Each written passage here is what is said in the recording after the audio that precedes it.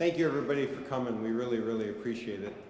I'm Bob McDonald. I'm the chair of the Cultural Facilities Task Force.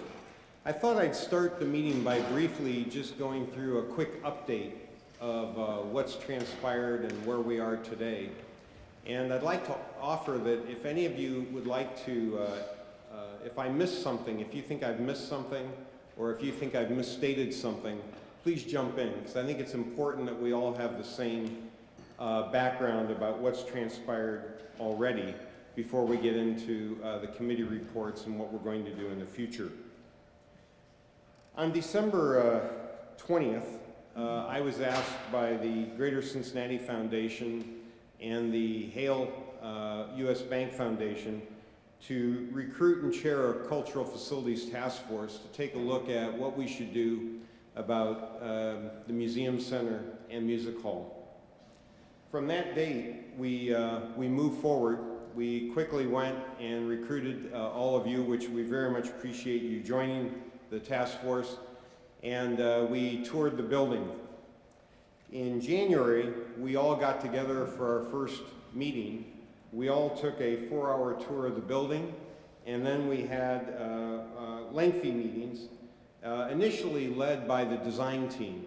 You'll recall that there's a design team that was led by George and a group of people who have put together the master plan for the Museum Center. The master plan for the Museum Center was a design that was put together in 2007. It was supposed to be the long-term plan for the vision of the Museum Center. That plan, if executed the way it was designed, would have cost $301 to $394 million. $301 to $394 million.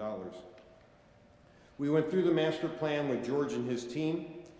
We, at the same time as a task force, put together an evaluation team that was led by GBBN Architects and Langen Engineering, Scott Rowland, and Steve from GBBN. Through our meetings, we made a couple of key points through their analysis.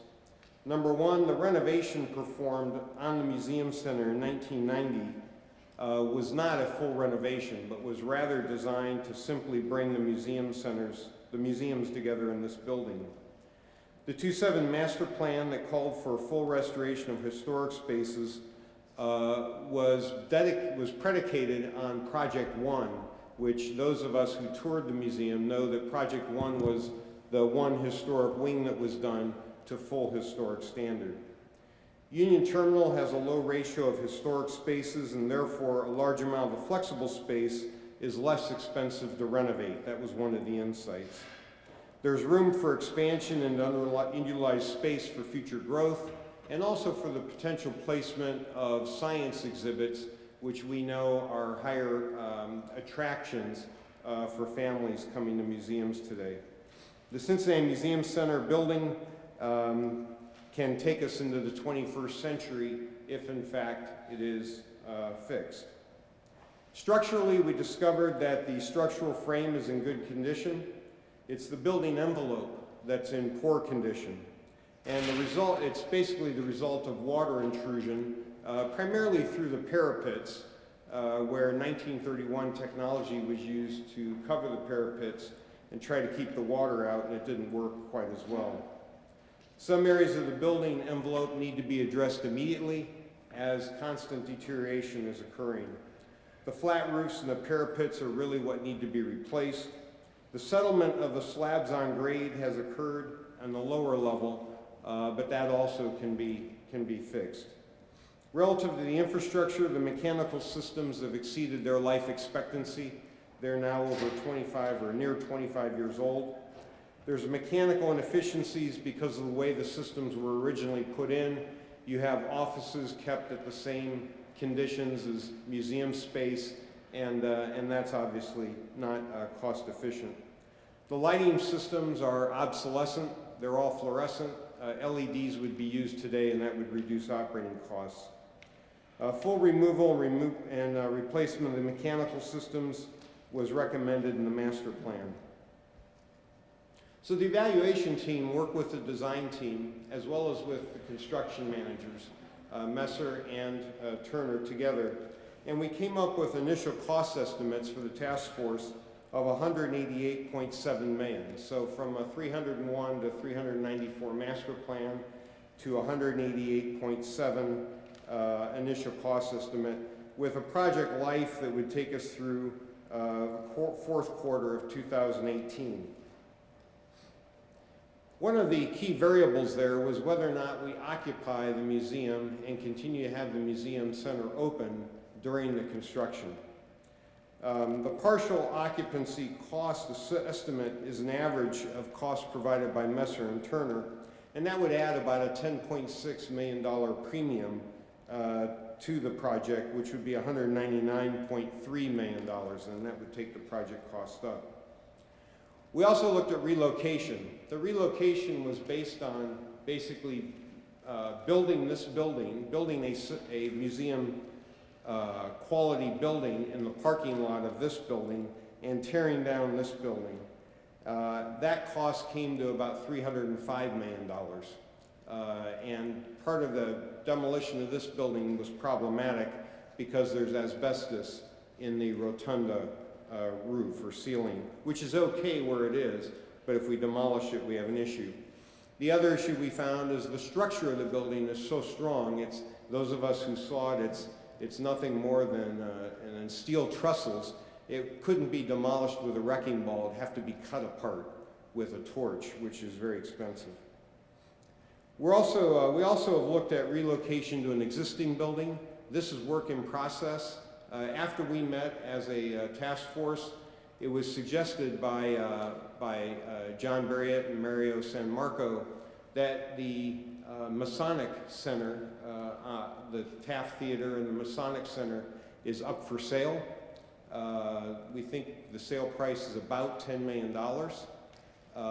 We realize that the Taft Theater is planned to be used during the move out of music hall, so that's obviously a consideration.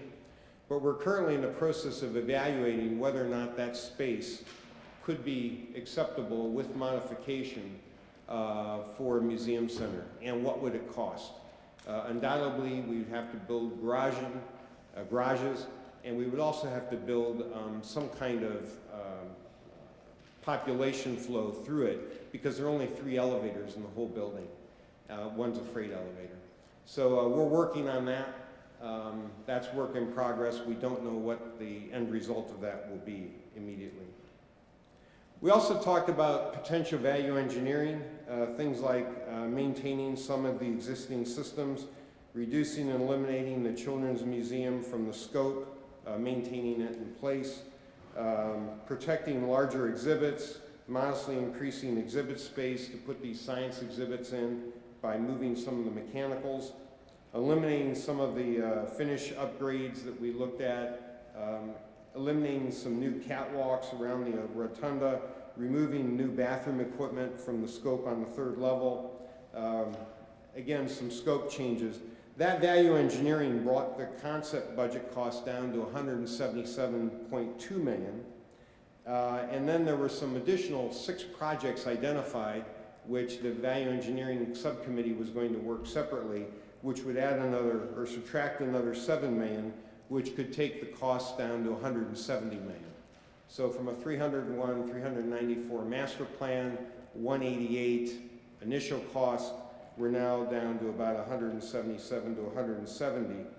That 177 to 170 could be reduced even further by $4.4 million in savings if we started the design drawings earlier based on philanthropic gifts. In other words, if we provided the money for the design drawings before a capital levy was approved by the public, then we could start those drawings early. We could pick up about 8 months, and that would save another $4.4 million.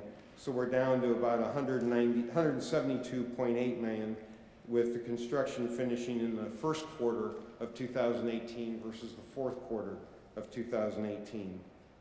If we do nothing, every year we add $6.6 million. That's a combination of interest expense, as well as further deterioration.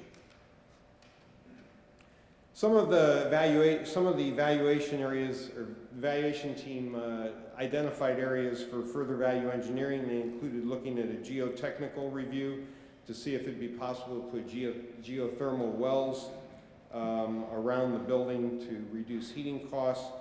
Some of the building envelope recommendations, additional infrastructure savings, and we'll talk more about those in a minute. So from that, we then went to the 3 county commissioners and the mayor on 2 separate occasions. The first occasion was to tell them what we were doing, and the second occasion was to literally review this notebook with them, which was the results I just shared with you. Coming out of that, I took away a few insights, but I'd be looking for other members who were there to help me.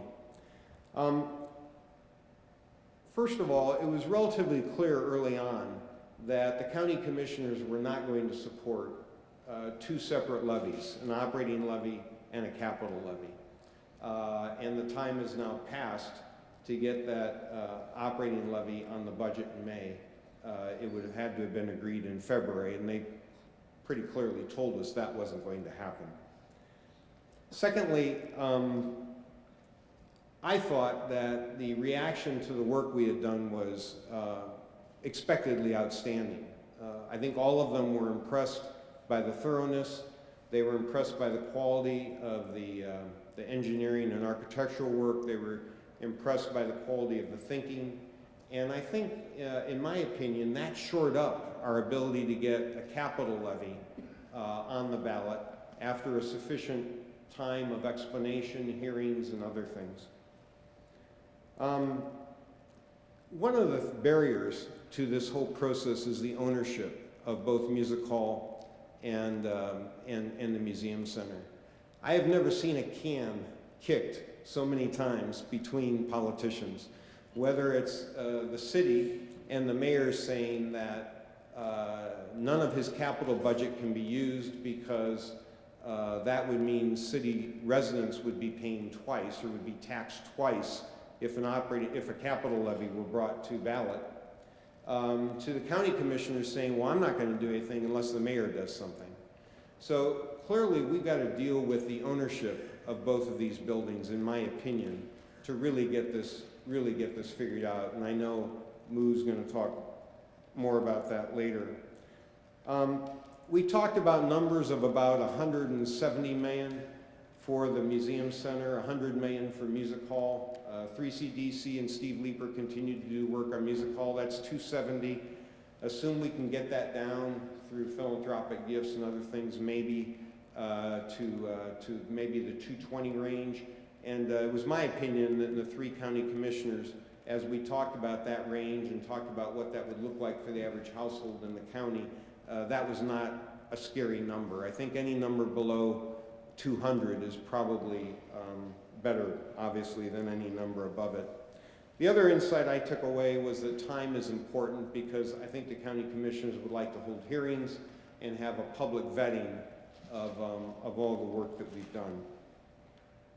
Anybody else who was in those meetings, I am going to ask Chip later to comment on the political process, but was I fair to the meetings that we had?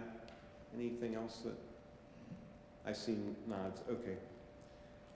With that, why don't we go into the committee reports?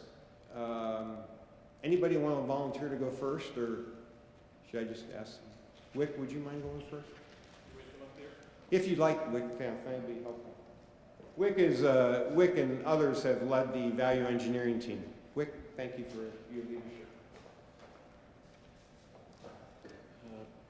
Bob Sheeran with Xavier, on the team, Keith Oliver with Kroger, Bill Fraley with the Plumbers and Pipe Fitters Union, who I think will be here in a little while, and Mario San Marco, who joined us by email. We met a couple times in the last 2 weeks, on the 10th and again on February 13th. We discussed Music Hall first, and the $100 million number that had been proposed. A lot of work has been accomplished there, and when we saw the presentation from Steve Leeper at 3CDC, they have carried that to a point of eliminating unnecessary things, and until you go through design development, schematic design and design development, it's very difficult to do anything other than having plug numbers for these things. So the issue really is the number, does the number seem reasonable for what needs to be accomplished? And on Music Hall, we thought that it did.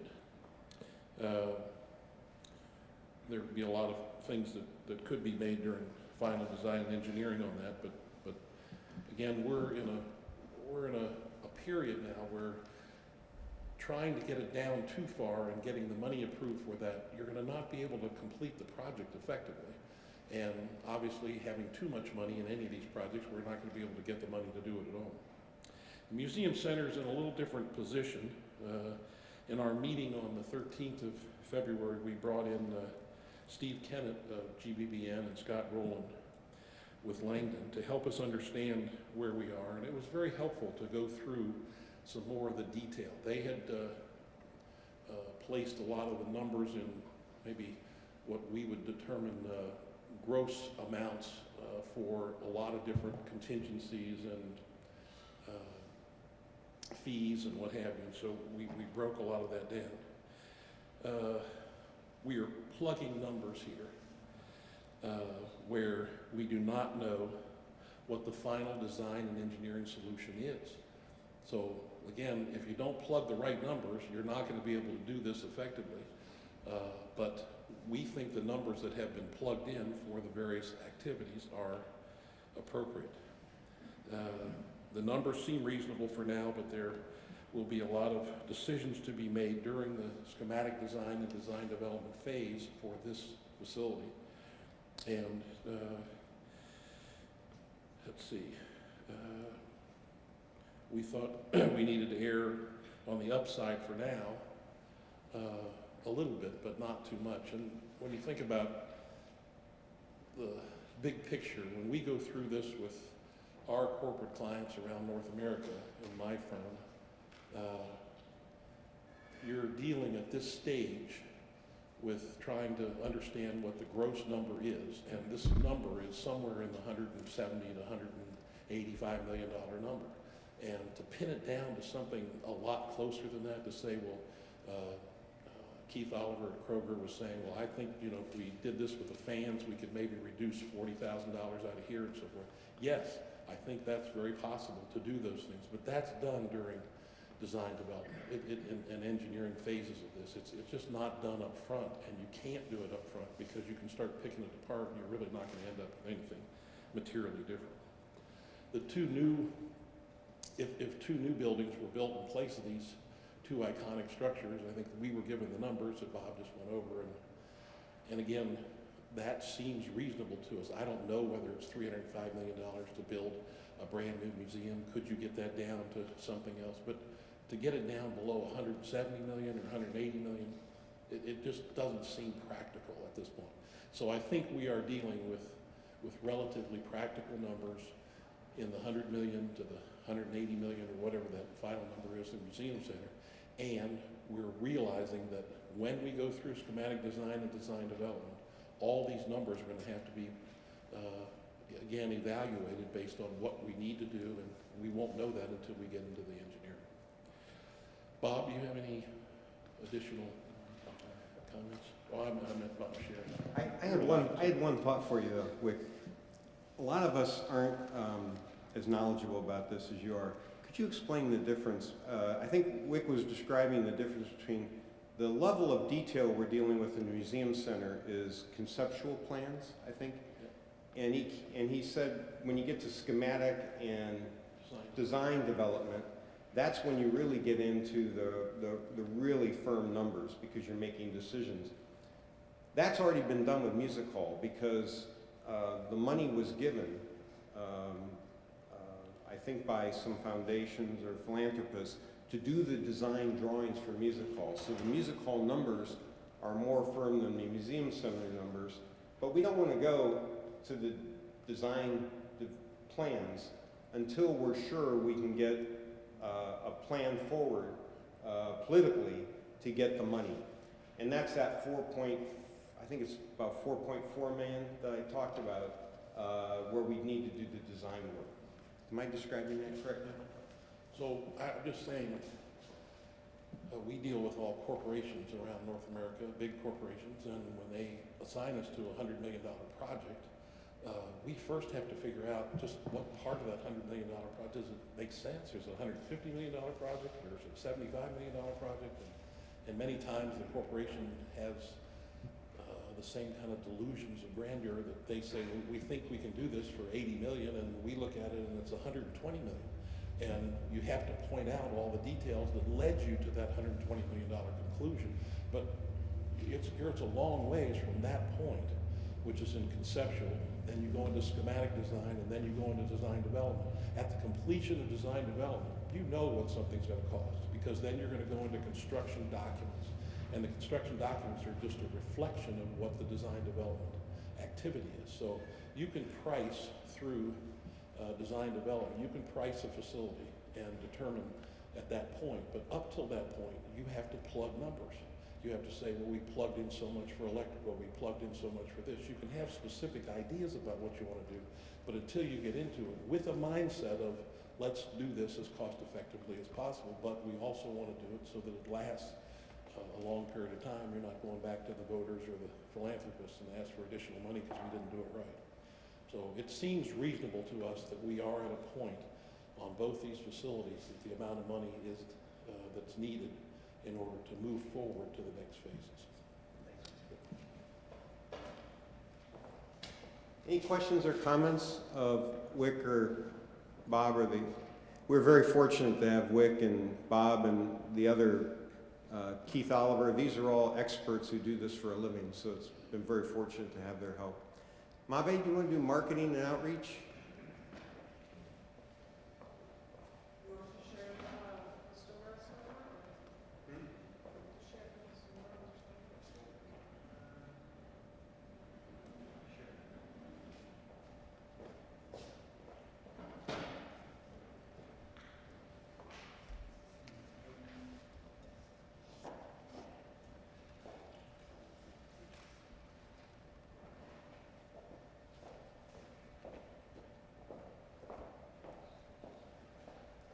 I don't think I have that many, so you might need to share. So before I share the community outreach and marketing, by the way, I'm Mabe Rodriguez. I'm an executive on loan with P&G, working for Museum Center for the last almost 2 years. So before I share the marketing outreach, I wanted to share some of the consumer learnings that Doug asked me to pull out and look at, okay, where do we stand and what are consumers looking for, guests looking for when they come to a museum. So the first, and that could help us understand if we move to another location, if we stay here, and just a little bit of what people are saying and their behaviors. So the first page you have in front of you, it's a consumer's hierarchy of needs of attending attractions and in particularly museums. And the platforms that you see one on top of the other are the actual needs, and as you go higher in that hierarchy, your value increases. Therefore, you can charge more. That would be one definitely outcome, or you could have additional visitation. So if you look at the bottom axis, you have safety, comfort, and understanding. That's the first thing people tell us when they're coming to an attraction, particularly a museum, that must be accomplished. And the way consumers or guests talk about this in their language is that it was well organized. So that's how they would describe it. And as you go up, you get into great adventure and escape. We had a blast. Learning and personal enrichment, great memories to share, and transformational experiences. For the research we have done for Museum Center, we believe we are at the third step, at the learning and personal enrichment. This is a museum and that's what we do. However, there's room for improvement moving up, and certainly the Science Center would do that because it's all about creating memories with the guest and new experiences that gets you there. And definitely the next one, which is the transformational, which gets you to I'm going to change something that I did, and I'm going to do it differently because of the experience that I had.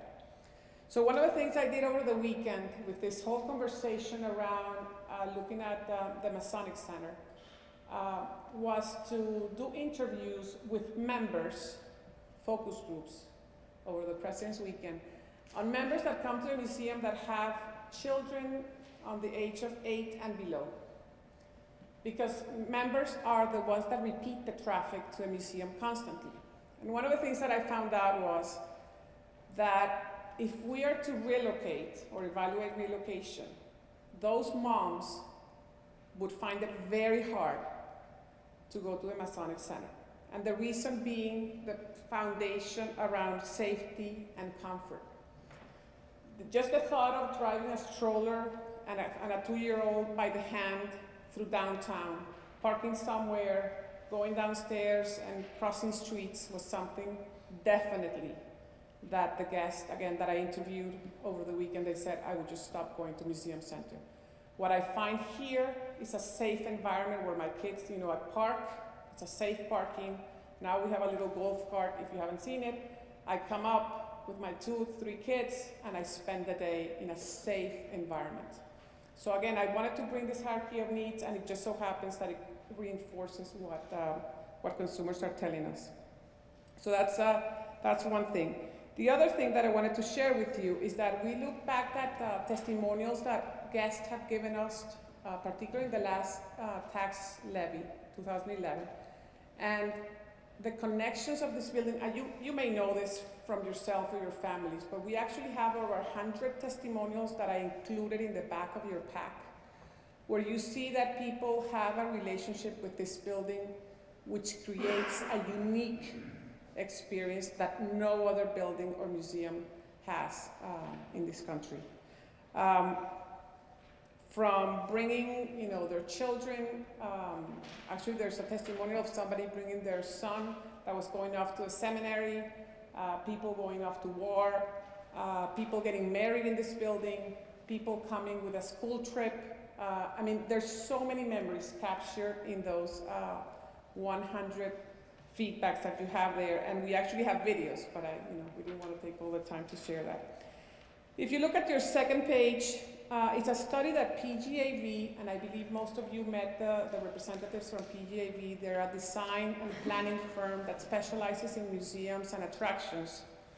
They did this study in 2009, 2010, because they wanted to see consumers' behaviors after the downturn. So what are consumers seeing, and museum attendance declining, people really looking at their money and where to spend it. And this was a nationwide study done in the US. And I just captured some of the findings for you to see there because they applied certainly to us. So if you look at what are the emotional drivers of visitations, there are 3.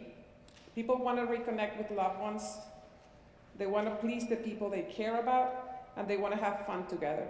And when you talk about having fun together, one of the things that research also has shown is that this place captures many or multiple age groups. So when you think about the Diana exhibit that we have now, it's mostly targeted to female, and that's the audience that we're getting, and we're doing very well on that one. But if you look at Pompeii or Dead Sea Scrolls, they were capturing an older audience, whereas our children's museum captures the moms with kids under the age of 8. So again, in one roof, you have multiple audiences coming together to share experiences and have fun. So we meet that.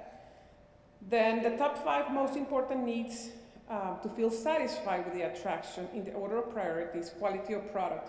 And we know we need to improve our experiences, particularly with new experiences. And again, the Science Center comes there. Value is not just about the dollars. It's all about the parking, the food court, was it easy to buy my tickets, all of that, which we continue to improve, and we have room for improvement even further. I wanted to call out number 5, which again, it's all about being a unique experience. So having here 3 museums plus the Omnimax creates, in a train station, creates a unique experience. The last thing that I wanted to cover is point 4. So what motivates people to spend more? Because we've talked about how do we increase the price. And number one is creation of memories. And if we go back again, the Science Center is one that certainly would create those memories. It's something new, it's something that the country needs as well as the city needs. I will not go through the rest because I know we have limited time, but there's plenty of information in here that you can see from our research that certainly can drive our path forward and do it with the consumer in mind, not just the dollars in mind. So if we go back to the marketing outreach status, the members of our team are Lisa Smitherman, Bernadette Watson, Robert Killens, Beth Ryder Benson, Ann Sessler, and Scott, I can never say his last name, Danselfunser, right? Got it? Okay, almost. He's from Landor, the advertising agency. And the objective that we set out to ourselves, oh, and then we have two liaison people. So we have Elizabeth Pierce, is our liaison back to Museum Center, and then Scott Provencher is our liaison back to Music Hall. Our challenge is really to get the three commissioners to put this on the ballot and get the community support so that happens. And we put ourselves an objective of getting at least 70% of the voters to say yes. We know that the numbers range between 60 and 65. We targeted to get 70%, and we really want to do this via a grassroots effort. So certainly awareness building, public education, and we saw that many of you coming through the building and just walking it through is very different from just entering the building and going to the Children's Museum or the Omnimax. You really have to see what's happening behind the scenes. So that's something that we're putting in to have tours of the building so that people can come in and look at what you guys looked, hopefully not in 4 hours less, but we can walk them through. Then we talked about what's in scope of this team and what's not in scope. The scope of this team will be what we call phase one, from now to August. What's not in this team is once this gets approved to go on the ballot, it would be a separate but related media campaign so that we don't overwhelm this team with that. We certainly will have hopefully a media agency. One of the good things about working with Landor, the advertising agency, is that they will meet with us and their team, their creative team, to further polish our plans, the plans of this group. We talked about that we need a measurement of results so we can continuously do a litmus test of how are we doing out there. We need a campaign that not only ties both faces together, but both cultural icons, the two buildings. We need to understand who we're trying to reach. So we're looking at previous elections results, not only for Museum Center, but also looking at benchmarks. So what happened to the zoo, what happened to the library, just trying to understand data that could inform our next steps. We do see that this group, the task force, needs to have some kind of very tangible and intentional plan to reach out to the media. It cannot just be a one-off. We need a plan so that the media becomes our ally to share what's happening and to get further community support towards this. And within that, we also saw that every interaction we, meaning Museum Center and Music Hall, has with the media, we should leverage that. So for example, Diana last week, Elizabeth talked about that. We know there's the economic impact study being released in April. We should take advantage of that. There's Luminosity. There are many events that both at Museum Center or at Music Hall happening. We need to find out some kind of script or message track that we continue to inform the public, again, so we continue to dip the apple and inform what's happening. We also saw that we need to build testimonials. What's your story to the building? And leveraging my background, I saw this like a dual campaign, and we have this in many of our brands in P&G. One that I can think of is Head & Shoulders. So no relation with Head & Shoulders, but anyways, it's how do we have an emotional campaign, tell your story with the building, and then there is a factual, what's really happening with the building. What's the behind the scenes, the Beauty and the Beast type of story. Then definitely leveraging schools and school visitations is something that we can work on. So next week we're going to tailor all the grassroots plans together with Landor and just start kicking them in as soon thereafter. Alrighty. Any questions or comments for Mabe or other members of the committee? Tim? Are you going to?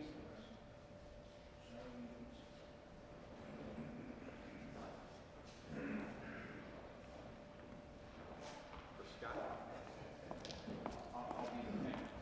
You're the technical. We'll see if how successful I am here.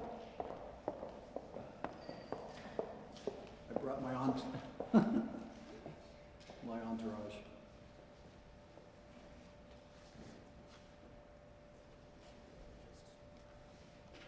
We represent the private funding subcommittee, and we are providing you with an update from a high altitude of what this committee is charged with and how we're going to go about it.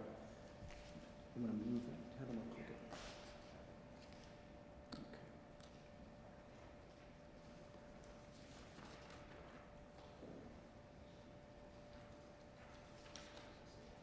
Yeah. Let's go right to our charge, which is to develop a recommendation that outlines the private fundraising potential for the renovation of both Union Terminal and Music Hall. Lee Hoffheimer, Scott Provancher, and I have been very much in the weeds over the past 3 months, and I will tell you it's pretty unprecedented that two organizations would sit down together, share all the confidential donor information, build a strategy around who we're going to approach, who owns the relationship, and it's just a smart collaboration to get this done.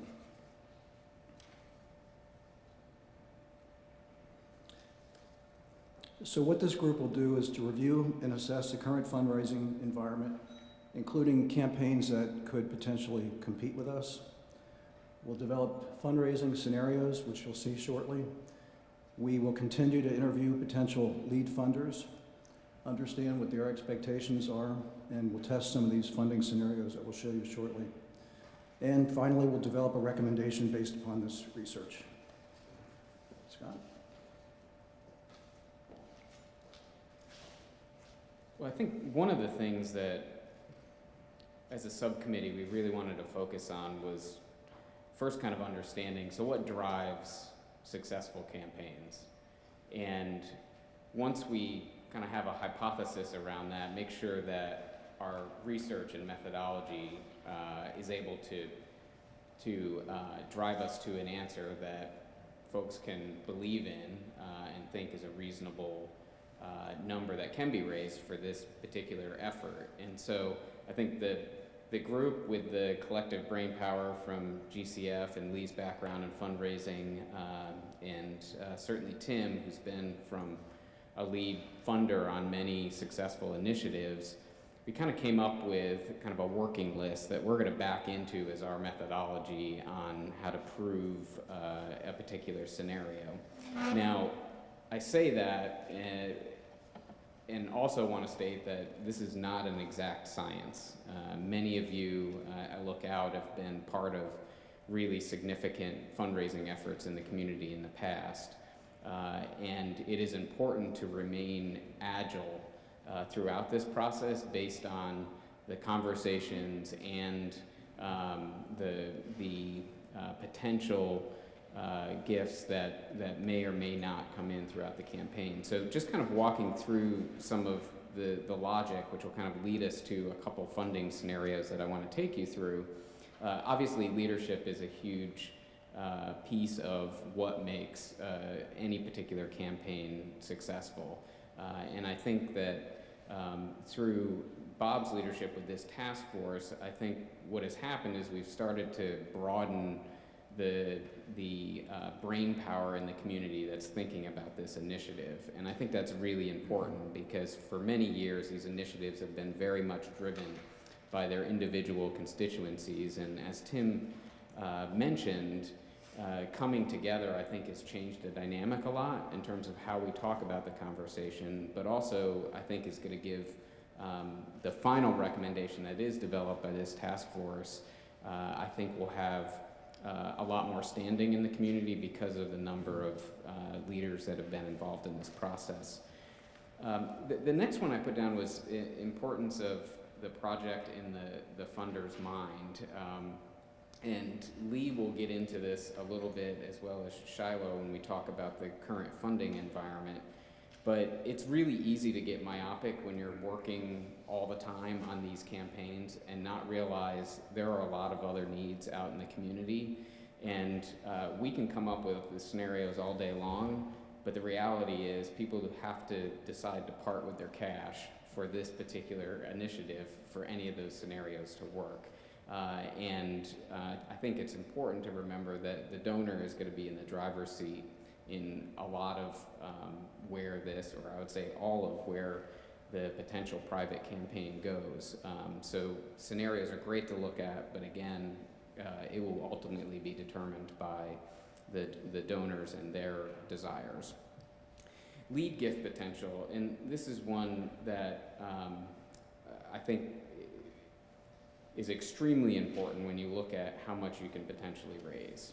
And I'm going to walk through two scenarios, not in detail, but to kind of point out a few concepts that I think we ought to keep in mind as we look at what magnitude of giving can be expected for a campaign like this. And I would say, these are not ranked in any particular order, but I think lead gift potential is one of the greatest determinations of how much you will actually raise.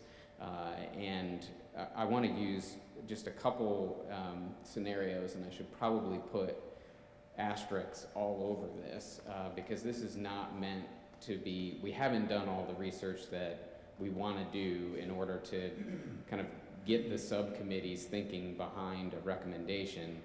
But we kind of started with just what do a couple scenarios look like? And certainly from the collective wisdom of looking at actual campaigns that have happened and looking at the size gifts that were given for those particular campaigns.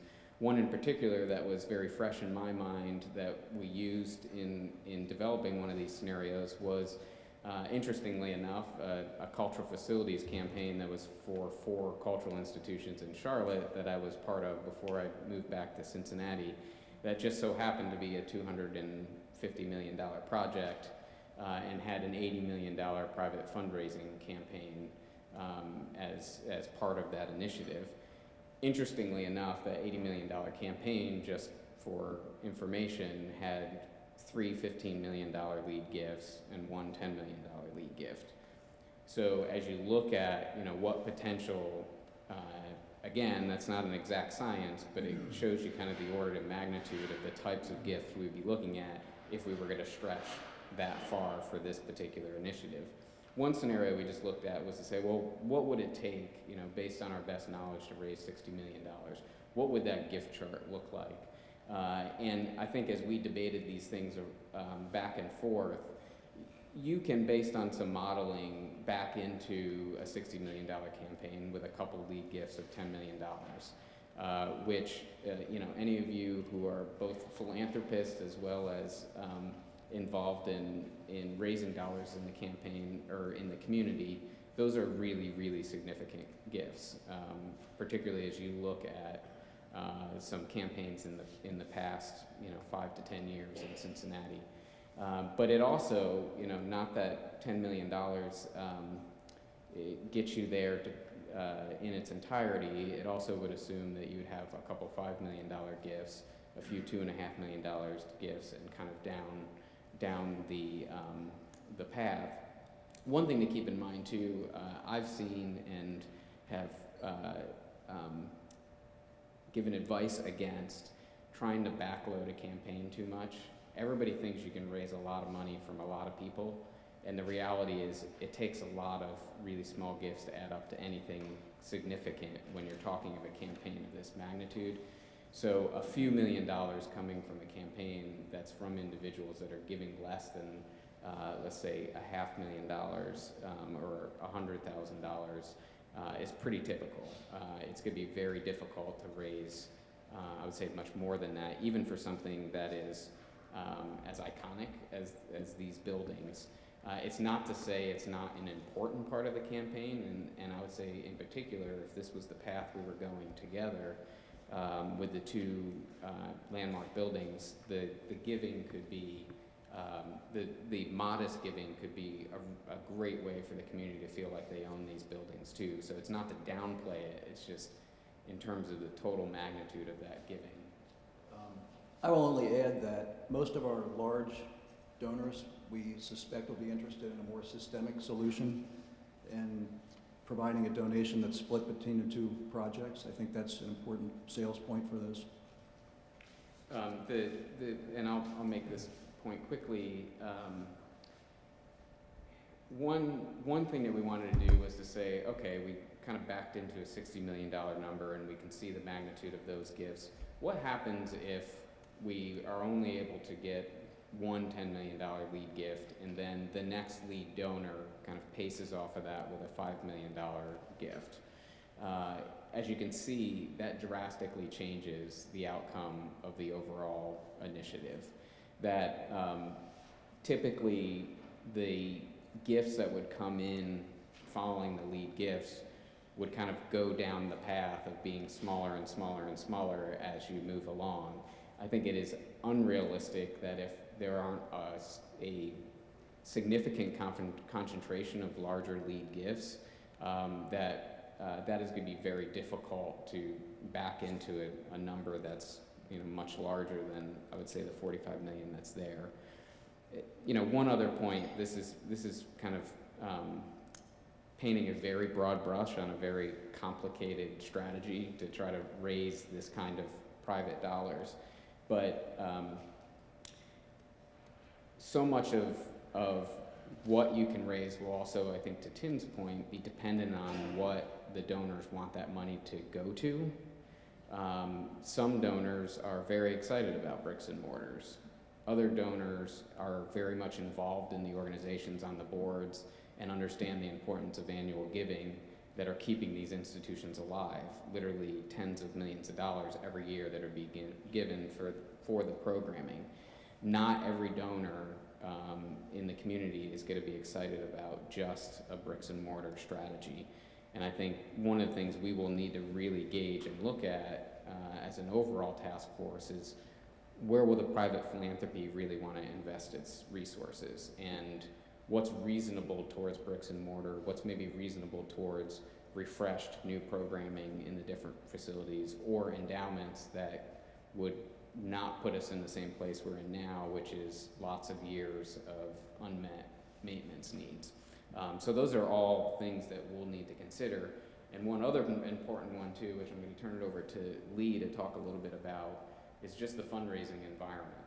What else it could affect kind of donor fatigue and or just people's expectations in terms of the size of the gifts that they give. So Lee,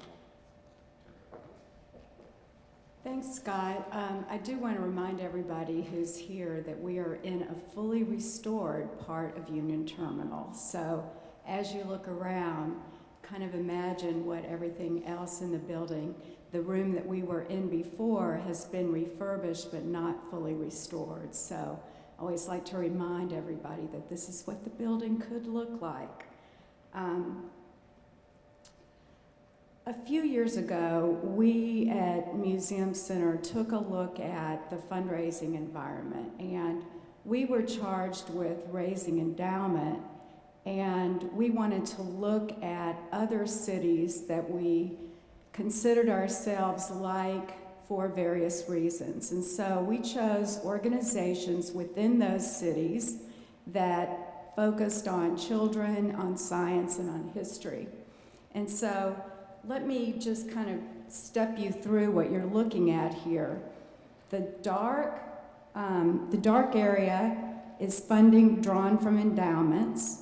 The white area is public funding, and the speckled area is funding drawn from annual contributions, what Scott was talking about, programming funding, and earned revenue contributions, or really earned revenue resources, those sources that come from retail, food, and catering, that kind of thing.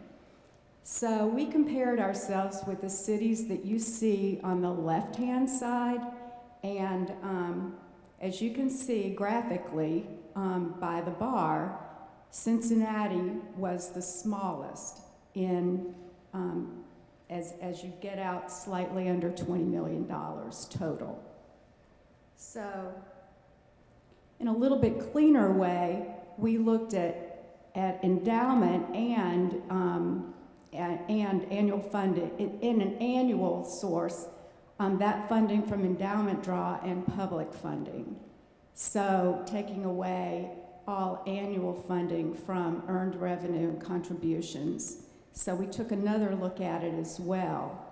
And I also want to just mention from the standpoint of Cleveland that this is before the cigarette tax, which went to arts and culture, was passed.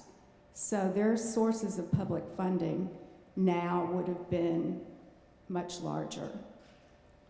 So starting with kind of the macro look at this, I think it's instructional for us to just look at those cities which tend to have lower endowments, have shored those endowments up with sources of public support. So just starting there and looking at kind of the former slide again, most institutions have done what they could on an annual basis to shore up their revenues with annual sources of earned income as well, and contributions. And Cincinnati's done a relatively good job in that respect as well. So just to hit on a glance, and this is really an art, looking at comparative sources of funding, not a science. Shiloh has been looking at what our competition might be for a campaign of this sort out there in the community. So Shiloh.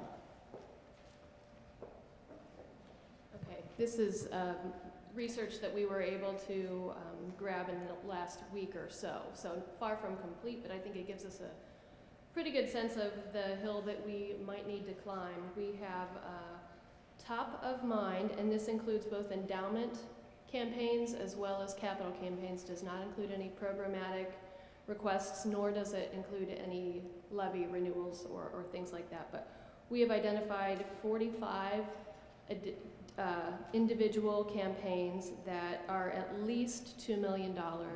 Some are substantially larger. I would say if we had to categorize, maybe about 15 to 20% are in that 2 million range. Significantly more are in the 5 to 10 million, and then there are a couple in here that are quite large. Yeah, so for example, the Archdiocese is a good example of a very, very large annual campaign that's out there for around 200 million. Xavier University is another one at around 240. So those are some very large ones. Cincinnati Children's is working toward building up their endowment. That's the 250 to 500 million range.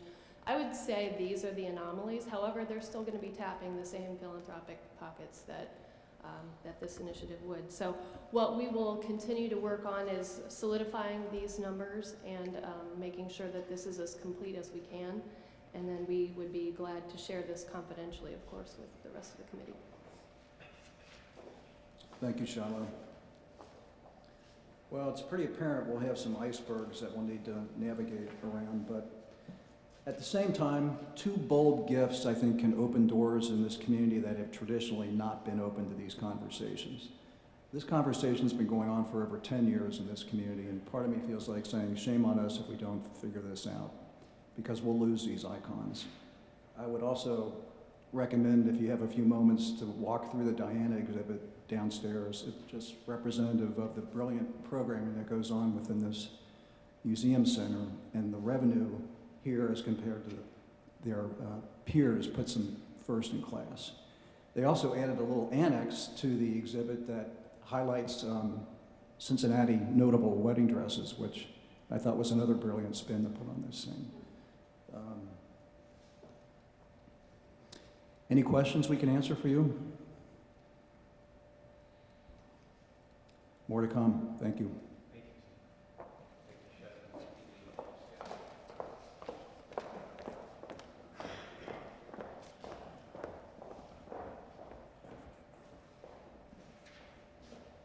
Tim and team, about when do you think you'd have all this wrapped up? What would be your guess? Well, not next Tuesday. I know that. Just rough idea. I think late May, Late May? we'll know who our lead donors are. We'll have a good Okay. plan as to who we'll approach and with what dollar amounts. Thank you. Thank you. Murray, would you please share your work? Thank you.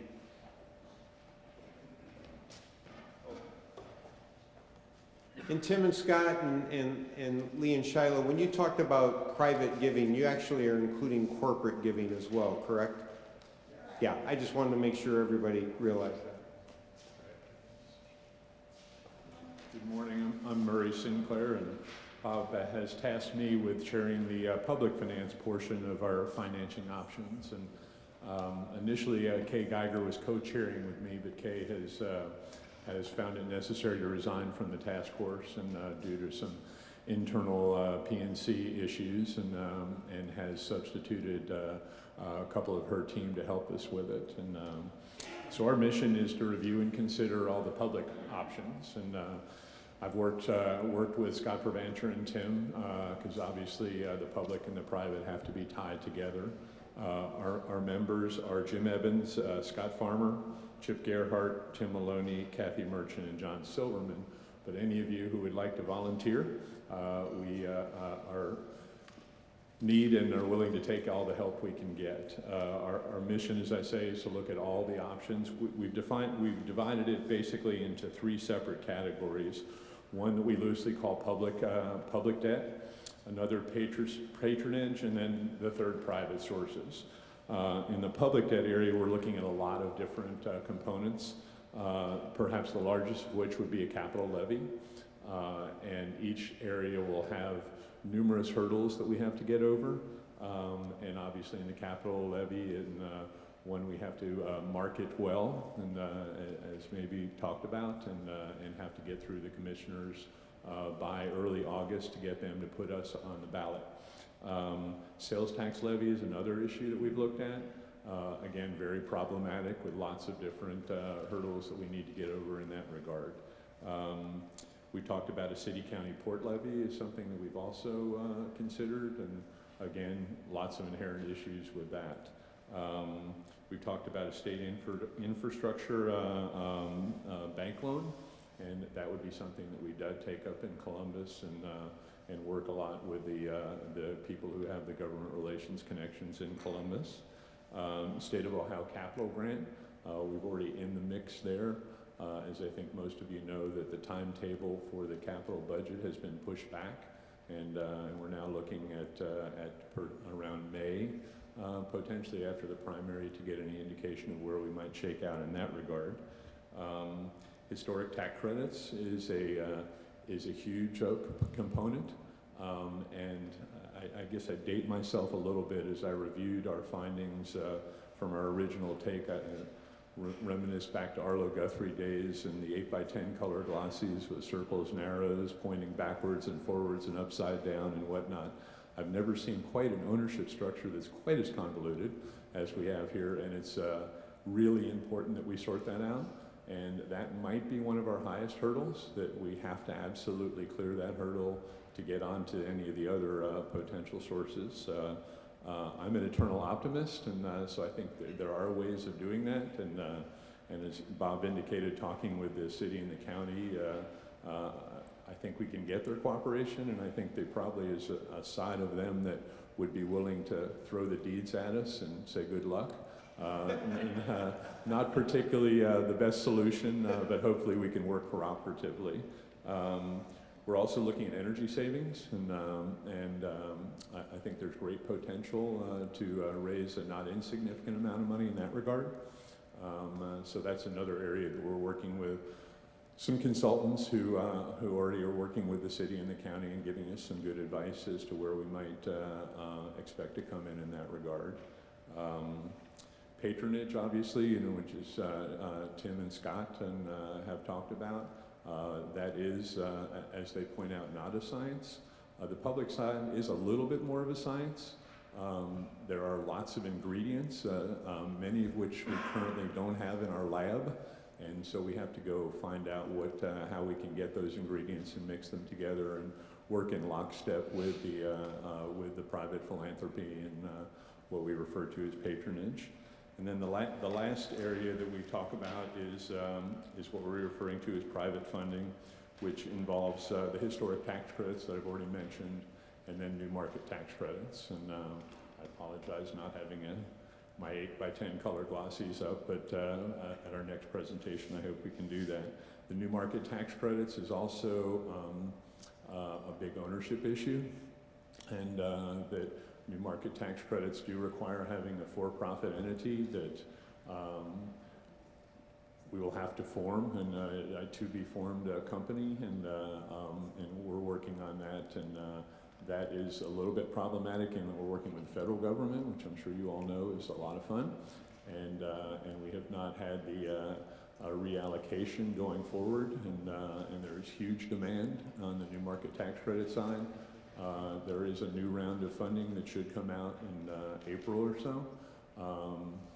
There's going to be a lot more demand than there are new market tax credits allocated, and typically in the new market tax credit world, shovel-ready projects get the first slug, and obviously we're not quite shovel-ready at this point, but that's going to be a very important component of our financing. So the capital stack, as you can see, is going to be a hybrid. We're going to have whatever 5 or 6 different areas that are going to be critical, and again, working in lockstep with private philanthropy. In conversations with some public funding representatives, I think one of the things they really look strongly to is that there's private and grassroots support locally, and so again, a reason to work very closely with private philanthropy and demonstrate to the deciding bodies, particularly the commissioners, that there is a significant enough support out there to justify the types of numbers that we're talking about. So hopefully at our next meeting we'll have some more substance and can show you some ranges that we've talked about. And as I said, I am an optimist, but there are lots of hurdles out there, and but we're committed to working on them, and I think we can get there. Any questions that I could answer at this point? Given the eligibility based on the surrounding economics, do both these facilities now qualify under the markets? I'm particularly concerned about changing the rapid over Rhine and whether that population profile is going to put pressure on eligibility. You know, I think that certainly is a very significant issue and a very good question, and I think there are very stringent standards for what does qualify for new market tax credits, and currently the project as it's conceived today does not, and we're going to have to make a number of changes to, again, particularly the ownership structure to be able to qualify. Again, I think we can get there, but that's a rather large question mark at this point. Christian. The historic tax credits are set twice a year. I recall March and September, which September date would be after the board actually acted. And then if Memorial Hall had to go through 2 rounds, we got rejected the first time, and those are relatively small amounts compared to what you're talking about. The previous fundraising one had 2 different scenarios, 45 versus 60. If you run into a hiccup after the board acts, either on the fundraising or the tax credits, even if it's just a delay, are we going to have multiple options for the public to see to say if we don't meet these different thresholds that are non-public money? Well, I think the capital stack, as I said, is going to be a complex one, many different levels, and as we have established some ranges that we might expect at each level, and it is a little bit of a seesaw. As one goes up, another goes down, and I think you know, historic tax credits, we have thrown around a number as high as 40 million, and if 40 million were to disappear for some reason, that's a huge gap to make up, and would put incredible pressure on either the private philanthropy side or talking the commissioners into a larger bond issue. which is complicated by the fact that the rating agencies are not particularly impressed with our local environment currently, and as I think you know, there has been a downgrade, and they're coming to visit our area again next month, and so that would put additional pressure there. So that's a good point and to be determined. But those are different. You're talking state tax credits. Yeah. Straight Yeah. tax credits. I think you're The- talking about the federal Either tax one. credits. Either, Chunk of money that may just Yeah. not be there when they should do it. Right. they are two totally separate issues, but they have a lot of the same ingredients, and really to clear one hurdle is very similar to clearing the other. Anything else I can address at this point? Okay, I kick it back to you, Bob. Thank you, Mayor. As you can see, there are lots of moving pieces, and we've got to move all these pieces together to come up with a single proposal. One of the controlling aspects, is, of course, is going to be the political environment. So I asked Chip if he would comment and help us understand where we are and where we should go. I'm going to speak. You want me to bring in the microphone? Can you hear me? Yeah, I can speak for you. So, what's being handed out right now are two documents. One of which is a task document, the other one is a Gantt chart. They're both in draft form, and I would suspect that those of you who are involved with committees might have some input for us. What I want to be able to provide everybody with the Gantt chart is one comprehensive flow chart so everybody understands the timing that we're up against. And we are up against some hard deadlines with respect to official actions by governmental entities. The task document was an attempt that we made yesterday to just start putting some items down. We made some notes, status notes, and then responsibility. We haven't assigned those yet, but we will. I think Lou pointed out what I think is a significant issue that we have to deal with immediately, and that's the ownership structure of this facility specifically, and then ultimately the two facilities generally going forward. I think that it's an understatement to say that the current ownership of this facility is complicated. The law firm out of Washington, D.C., Nixon Peabody, did an analysis for, I guess, the Museum Center last year, and then a couple times last year. They used a word that I had never heard of before, welter. Does anybody know what welter means? It's a jumbled mess. It's lots of things thrown out there in no particular order. And they describe the ownership of this as a welter of issues. So in order for us to move forward on specifically the tax credit issues, we need to look at, really I think what we have to do, we have to unwind the ownership structure and then put it back in a way that would allow us to maximize the financial opportunities available to us. Lou talked about historic tax credits and new markets tax credits specifically. You need to have a taxable entity as the recipient. Right now we don't have a taxable entity in either case.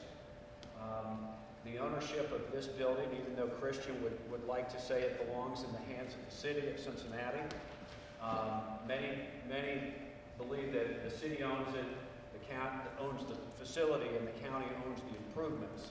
There are documents that have been produced over the last 20 or so years that could lead a crafty lawyer in multiple directions. That the ownership rests with the city, that the ownership rests with Cincinnati Museum Center, and that the ownership in some part rests with the county. The critical issue there is if the Museum Center is indeed the owner of the facility, pursuant to these various agreements over the years, then it cannot then be the ultimate tenant with respect to historic tax credits. So if it is deemed to be the owner, then the idea of pursuing historic tax credits becomes much more complicated. So the issue at hand that we have to get on immediately is try to figure out how to unwind this, creating a scenario by which the ultimate tenant allows us to take advantage of the historic tax credit. Because I believe that the museum center wouldn't be able to occupy more than 50% of the facility, and we still be able to use historic tax credits. So Christian and I met this morning with my colleague Doug Mormon. Peck Schaefer Williams has done research on this facility in the past. I talked to George Vincent yesterday, and we'll provide him the documentation, but his firm is going to do essentially a title search so that we can begin the process of figuring out what the path forward is. It's as Moo pointed out, it's a significant hurdle. I believe we can figure it out, but it's going to take a significant amount of work. And we're going to have to talk about other experts maybe having brought in an body or another, right? And whether they are compensated or not. So that's an issue that sits in front of us. The Gantt chart, really, I put that together, and I would appreciate any feedback. We've added more to it this morning already. But the dates in front of us that we have to be mindful of, and I'll send out an updated draft to everybody. The date by which the county has to act to put an issue on the ballot is August 6th. You have August 8th, we just need to make that up, right? So August 6th is the last day by which the county commissioners can act to put either a property tax or a sales tax on the ballot.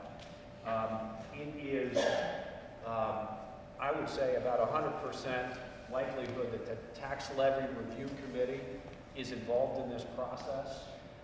For those of you who don't know, the tax levy review committee was created by the county commissioners, 20 years ago or so, Christian, to review tax levy requests, new tax levy requests, and the tax levies that come up on an annual basis. They go through the tax levy review committee process. The TLRC recommends to the commission the length of the levy, essentially the length of the levy and the millage, and it also makes recommendations with respect to modifications that the entities should do in order to enhance their efficiency or effectiveness. The Tax Levy Review Committee has commented on this general issue related to the Museum Center's attempt late last year and early this year to get on the May ballot for an operating levy. The TLRC drafted a letter that essentially outlined what it believes should be the process going forward. Now, it was anticipating, I think, an operating levy request in November. We have since, we're probably going to change that because the need to go forward with a capital levy request for the two facilities is paramount over an operating levy. And I think we may be able to work our way from an operations standpoint into that as well. The TLRC process, and again, we've just roughed this out this morning, but in order to meet the county timeline, as I said, August 6th is the date on which the commissioners have to act. That's 90 days in advance of the November 4th election day. The staff presentation to the county commissioners, essentially the formal presentation to request that something be put on the ballot would be made on July 21st. We're still determining whether the TLRC would make that presentation. I keep turning over here because John Silverman, one of our task force members, is also on the TLRC, so I apologize for keeping turning to you. So the presentation to the commissioners to formally request this to go on the ballot on July 21st. we would need probably, if history plays out, 3 presentations to the TLRC. The first one being the week of the June 23rd, the second being the week of the July 7th, and the third being the week of July 14th. In order to provide them all the information that they will need in order to make a recommendation. And really, the information that they'll need is everything that we've just talked about: value engineering, what's the actual cost, and most importantly, I think, what are all the other sources of funding, private, City of Cincinnati, other governmental entities, and any of the tax credits that we're able to draw down. So really so we're now on June 23rd, which will be our first presentation, the week of the 23rd, our first presentation to the TLRC. I don't know that we need everything in place by the 23rd. We certainly need everything in place by the 14th of July, which will be our last presentation.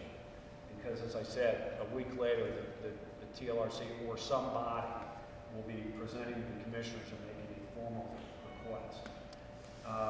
As part of all of this, we will also most probably have public hearings independent of the TLRC process. And we're looking at July 23rd, July 30th, and August 4th to have public hearings. And those would be chaired by the commissioners, correct, Christian? They would be, the August 4th would be at the typical Monday morning staff meeting at the county administration building. And then the meetings on the 23rd and the 30th of July will likely be somewhere out in the community. We're thinking that having it, one of the two here in the auditorium would be good. We'll probably pick a suburban site for the other meeting, and I think that it's incumbent upon the two entities to let their constituents know that these meetings are going on and show up. I've been to meetings where there are 1 or 2 people and they're over in 5 minutes, so I think we want to make sure we make our cases.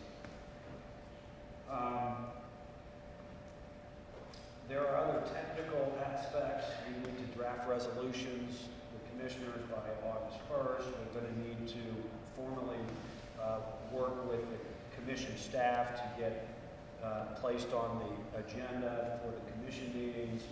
We're going to need a certificate of millage from the county auditor by the 21st of July, wants to pick the millage and issues of property tax to identify the amount of money that we're going to need. So really, we're backing up pretty quickly from a November election day to the end of June, by which we need a large degree of this information in hand in order to be able to work through the public process. I don't think we want to go out into a public hearing. Well, we won't be able to. If we're not, by July 23rd, if we're not set, we will have missed the opportunity to convince the commissioners to put something on the ballot. So those are the critical dates, and there may be more. I think we need to add to this. You know, the rating agencies are going to be in Cincinnati. That's an important issue. What else is going on here at the Museum Center, Doug and Scott? What's going on at Music Hall? We have Luminosity, which is a phenomenal opportunity for us to highlight the 2 facilities, hopefully. And then anything else? What's on the schedule here at the Music Hall that we might be able to incorporate into the communications and building awareness? Maybe each of the committees could give you the key dates that Nave was talking about, Luminosity. Right, yes. You guys, I think, are going to have a lot. Let's get all the key dates on one critical path, and be sure that with me, Chip, I'll make sure everybody gets it. It sounded to me like we have an outage, which is we're going to need legal work done by Nixon Peabody, which nobody has the money to fund, right? Is that the way to think about it? Well,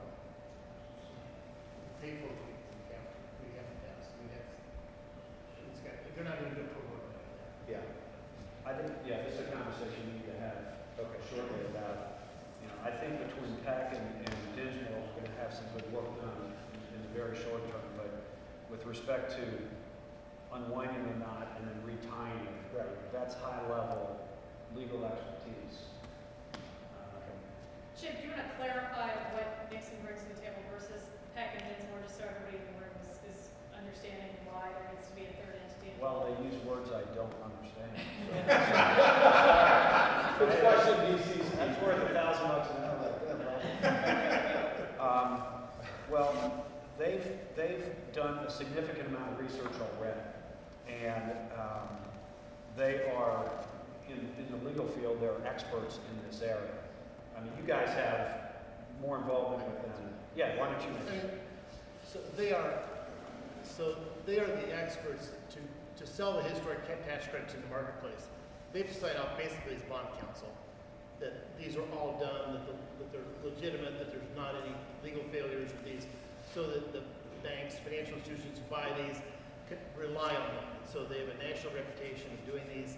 The person that leads up the historic tax credits division is actually from Indiana, so he's a Midwest guy, and he's familiar with us. He's done work over the Rhine with 3CDC.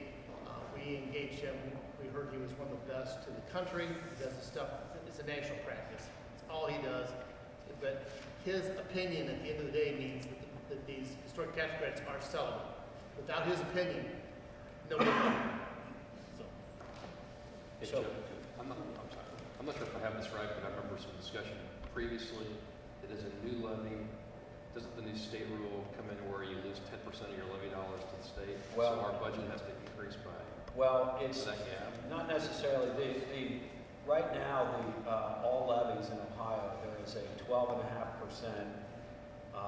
The state covers 12.5% essentially of the county levy on property tax.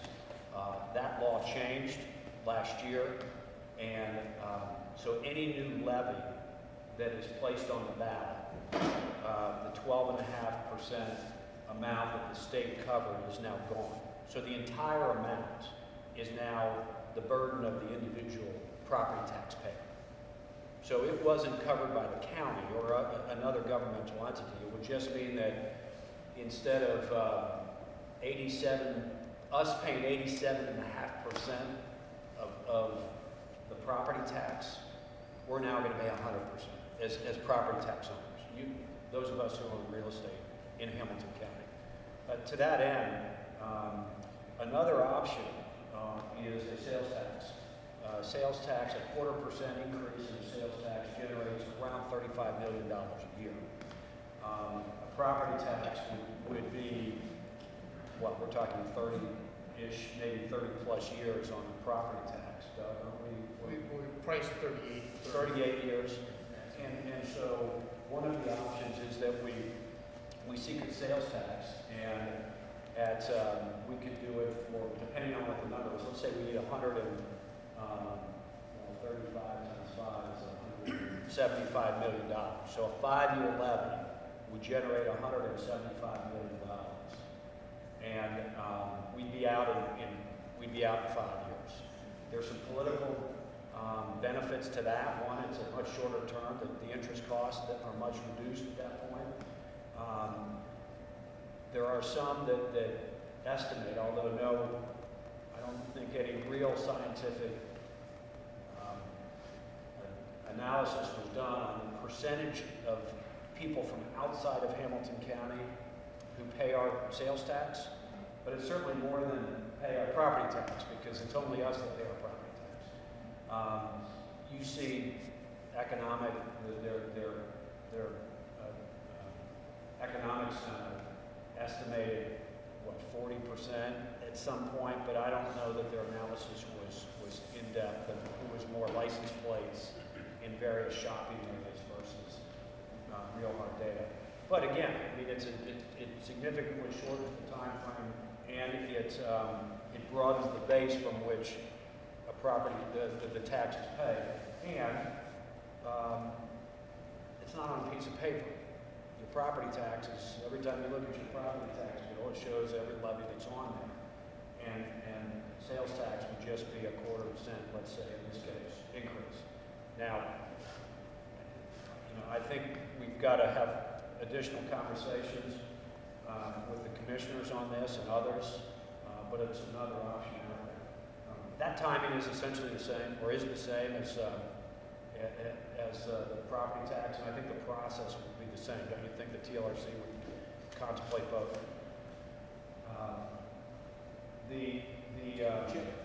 Actually, the sales tax going to the ballot in November would have a greater lead time, because it has required public hearings on certain dates, and it's much more prescribed for sales tax than a property tax. Okay, so we'll get that information and we'll put that as part of this document. So, we're not outside that time yet, are we? No. Okay, good. So we're still talking. A message we've heard loudly and clearly from the commissioners and from the Tax Labor Review Committee is that the city has to have a role in this, financially have a role. And it was described to us in the game, is what we were told by at least 2 of the 3 commissioners. It wasn't specifically defined, the amount. As Bob said, we met with the mayor, and he wants his capital budget to remain undisturbed. We are looking at other options. We're looking at the city's budget to see if there are line items in place now, which there are for both this facility and Music Hall, that we might be able to tap into and aggregate those funds or monetize those funds in a way that could help offset some of the capital improvements here. But those are conversations that will continue to go on. We will continue to have conversations with City Council, the Mayor, the County Commissioners as we move forward. The TLRC will be updated on a regular basis. Christian will update the commissioners on a regular basis so that there's nothing but transparency going on and everybody understands exactly what we're hoping to accomplish. I think that's about it. There are 2 levies on the ballot in November. The Family Services levy and well, so far, and then possibly, probably the Health and Hospitalization levy could be on the levy in November as well, or on the ballot. It's a statewide election, big turnout, a lot of local races, primarily judicial races. It should be a decent turnout year for Hamilton County. Chip, just a clarification on the ownership issue. County's not trying to deduct that in the sense that we don't want to be responsible for it. We just don't want to repeat of the stadium. Had this community set up a sports authority in the mid-90s, the stadium woes wouldn't be on the county's books, they would be on the sports authority's books, like Indianapolis' stadium problem. So if this thing goes south for whatever reason, we don't want it on our books. So we'll support any structure that's out there that doesn't ultimately come back on us because the fundraising doesn't happen, the tax residence doesn't happen, or you find an Indian burial ground underneath this thing when you get into it. So that's our angst on the ownership. That's just another exhibit, that Indian burial ground. Interesting prices. Native American. Native American, yes. Okay, anything else, Christian, you think that? Chip, does everything have to fall in place with the historic tax credits, all the money raising by the ballot in November? Well, couldn't it be, can somehow they have that money and approved ballot, and then the tax credits and whatever else we're looking for comes in later?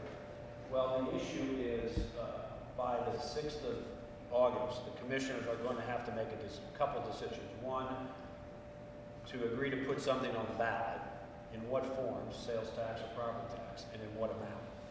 And so I think in order for us to have a conversation with them about the amount that the taxpayers will be responsible for, we're going to have to close the gap as much as possible. And I don't think the money will have to be in hand, certainly, but we're going to have to show with some significant degree of certainty that we're going to get this money. or in the alternative, fill the gap with private sources or other non-county sources. I just think that once the commissioners vote and the language is drafted regarding the millage or the sales tax amount, we're locked in at that amount. We can't alter it after the 90th day before the election. So by the 6th of August, we have to be pretty close, if not there. But you can build it in a way that you can bring it back. If, let's say the fundraising is amazingly successful and it's $100 million, you can shorten the levy after the fact, you can end it early, those types of things. You can't increase it. That's the problem. So, you know, options to the board that demonstrates we really want to get to this number, we really think we can, but you probably should ask for this and come back on it if we don't get it. Because Rick steered me just a touch in his presentation when we were talking about the expenditures and how there could be an overrun or numbers that we think might be accurate now that in the future are not going to be accurate. The issue is, what if there's a $40 million shortfall after we get into this whole thing? What do you do with that? I think that's on the entities to figure that Yeah, out. I think what would have to happen, Jim, is that in going from the conceptual drawings to the design drawings and the engineering that Wick was talking about, the entities themselves would have to bring it in on the number of what was possible. There's a $45 million facility endowment through exhibit costs that might have to come into play there. That's a good point.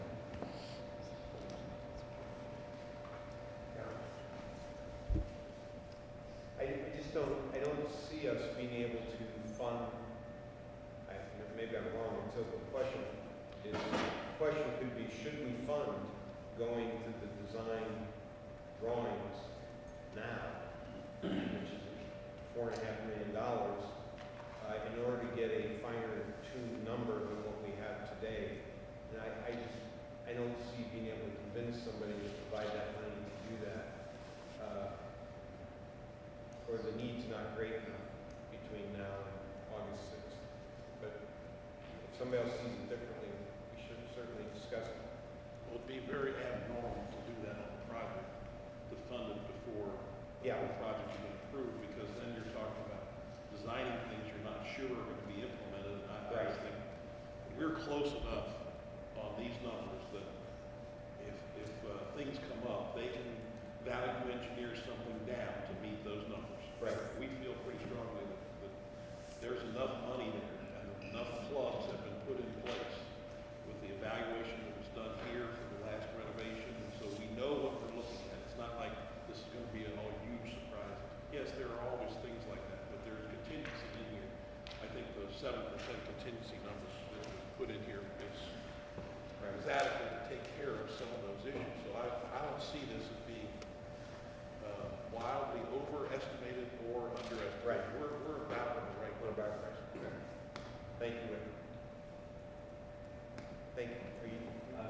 There's nothing else unless there are any other questions. I would like to see that exhibit to Alice's restaurant, though. I like that restaurant.